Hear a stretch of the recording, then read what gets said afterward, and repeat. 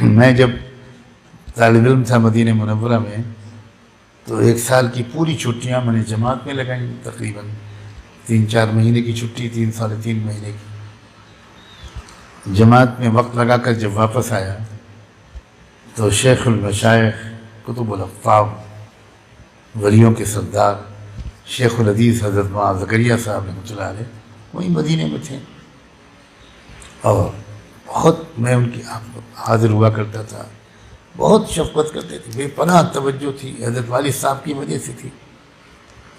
میں جب جماعت میں وقت لگا کر آیا، بہت لمبا وقت، اپنی پوری چھٹیاں، اور شیخ کے یہاں حاضر ہوا تو مجلس کے بعد لائن لگا کر لوگ مسافہ کرتے تھے، میں بھی لائن میں کھڑا ہو گیا، اور میں جب پہنچا میری باری آئی، شیخ نے مجھے دیکھا اور ہاتھ کھینچ لیا، مسافہ کرنے سے انکار کر دیا۔ کہا یہاں کیا لیا ہے، تو حضرت جی ہو گیا، جا تبلیغ ہو جا۔ اب میں ایسا کھڑا ہوں جیسے مجرم، بالکل شیخ نے مسافہ نہیں کیا۔ مجھے اپنی غلطی کا احساس ہوا، میں تو سمجھ رہا تھا حضرت شیخ بہت خوش ہوں گے، الٹی ڈانٹ پڑ گئی۔ میں تو شیخ کے قدموں پہ گر پڑا، بہت رویا۔ اس کے بعد شیخ نے بہت پیار کیا اور کہا کہ پیارے، تیری اصلاح اپنے باپ کی پٹی سے لگے رہنے میں ہے، تو مجھ سے پوچھتا تو میں کبھی تجھے جماعت میں جانے دے دیتا۔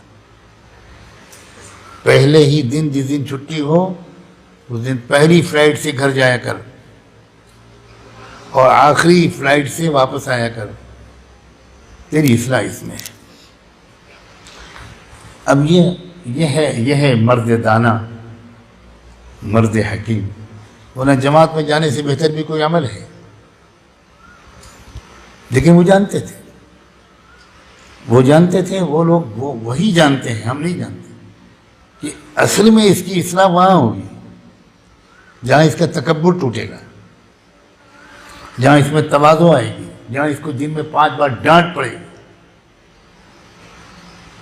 وہاں اچھی اصلاح تھوڑے ہوگی جہاں اس کے بیانات ہوں گے اور تقریریں کرے گا اور تشکیلیں کرے گا، وہاں تھوڑی اصلاح ہوگی۔ یہ ہے سمجھداری کی بات۔ اپنی رائے پر عمل کرنے سے بڑھ کر تو کوئی خباثت ہے ہی نہیں۔ اعجاب کل ذی رأی برأیہ، اکثر لوگ اپنی رائے پر اصرار کرتے ہیں، نہ باپ کی مانتے ہیں، نہ ماں کی مانتے ہیں، نہ استاد کی، نہ شیخ کی۔ ان کا ارأیت من اتخذ الہہ ہوا، ان کا جو معبود ہے، مطاع ہے، پیر ہے، شیخ ہے، مربی ہے، وہ ان کا نفس ہے، اور نفس خبیث ہے۔